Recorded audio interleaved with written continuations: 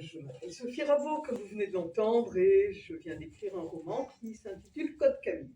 Alors en fait, j'ai voulu raconter une expérience qui est assez commune, je crois, et pas si souvent représentée que ça en littérature. C'est ce moment où à l'adolescence, vers 15 ans à peu près, 14-15 ans, tout à coup, on tombe amoureux d'un prof, ou d'une prof, bien souvent, mais pas toujours, d'une prof de français. Ça vous est peut-être arrivé, je reçois les confidences. C'est en tout cas arrivé peut-être aussi à certaines personnes qui errent dans les rayons des librairies. Et en tout cas, ça arrive à mon héroïne, Camille. Et c'est cette histoire que j'ai voulu raconter avec tendresse, mais aussi avec un sourire, parce que je le crains, je suis un petit peu joueuse. Donc, Camille, c'est une jeune fille qui entre en troisième dans le collège d'une petite ville qui s'appelle Bleu-sur-Douze et qui est située, encore cette belle ville, près de Bordeaux. Elle part d'un constat, être amoureuse de ses profs, en fait, c'est normalement un truc de bon élève. Problème, Camille, elle n'est pas bonne élève, sauf en informatique où ça va. D'ailleurs, Camille, d'habitude, elle n'est pas amoureuse de ses profs, sauf de Madame Marchand, sa prof de français, depuis la 6e.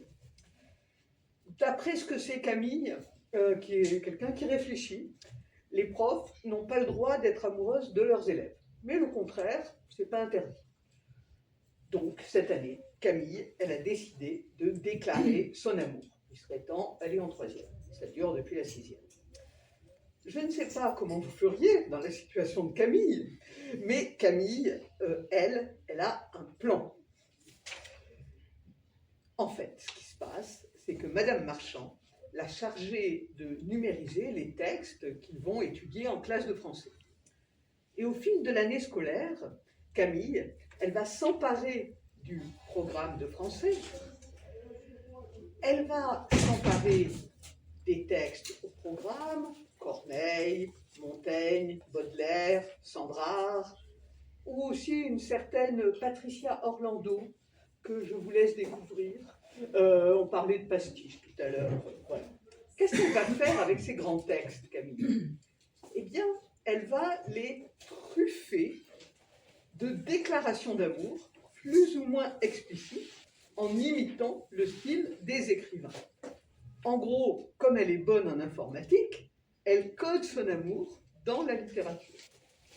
Alors, est-ce que Camille va réussir à déclarer son amour et à persuader Madame Marchand de venir se promener avec elle sur les bords de la rivière de Bleu-sur-Douze, rivière qui s'appelle la Douze? Ce n'est pas certain. Et à vrai dire, c'est heureux parce que sa prof de français, qui est adulte, a bien d'autres préoccupations. Mais bien sûr, les différents échecs de Camille provoquent des malentendus et des situations assez comiques. Néanmoins, de texte en texte, de trimestre en trimestre, de séquence en séquence, comme on dit dans l'éducation nationale, Camille grandit et elle se prend au jeu de la poésie. Et d'une certaine manière, elle apprend à lire, à écrire, et en même temps, elle apprend peut-être à aimer. Il se pourrait même que dans ces matières, elle dépasse peu à peu son professeur. C'est un roman où j'ai d'abord voulu faire plaisir à mes lectrices, les divertir et les faire revenir avec une nostalgie un peu distanciée sur leurs souvenirs d'adolescence. Pour autant, ce n'est pas tout à fait seulement une lecture légère. C'est un roman dont les héroïnes sont homosexuelles. Ce n'est pas le sujet du roman, mais je sais bien qu'il n'est pas très facile dans la cour d'un collège d'être différent d'une manière générale, et Camille a sa dose de différence.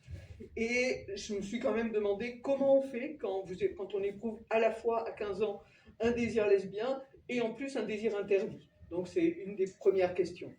Bien évidemment, je parle aussi de cette étrange condition de prof et d'élève. Pas si simple. Et surtout, je crois que j'ai voulu procurer à mes lectrices un plaisir du jeu littéraire, c'est-à-dire que je joue avec les codes du roman jeunesse, mais je m'adresse à des adultes. Je détourne la forme du manuel scolaire Parce qu'en fait, cette histoire d'amour avec ses hauts, ses bas, ses espoirs, ses déceptions, cette histoire d'amour, c'est aussi un manuel. C'est présenté comme un manuel avec ses semestres, ses séquences, et même quelques extraits délicieux des instructions officielles que je vous recommande tout particulièrement. Enfin, c'est un plaisir littéraire, parce qu'être amoureux, c'est apprendre à parler d'amour, hein, ce que fait Camille en essayant de coder ces petits messages d'amour dans des grands textes de la littérature. J'ai donc essayé en gros d'écrire un manuel d'amour et de lecture, une éducation sentimentale et littéraire pour le XXIe siècle. Ça manquait pour le XXIe siècle. Une idée d'éducation que je prends très au sérieux, parce que je serais par exemple très heureuse dans le cadre d'une rencontre, pourquoi pas en librairie, d'apprendre au public à coder ces messages d'amour dans des textes littéraires. Ça peut servir. Et donc j'espère bien avoir le plaisir de partager, voire de craquer le code Camille. Merci.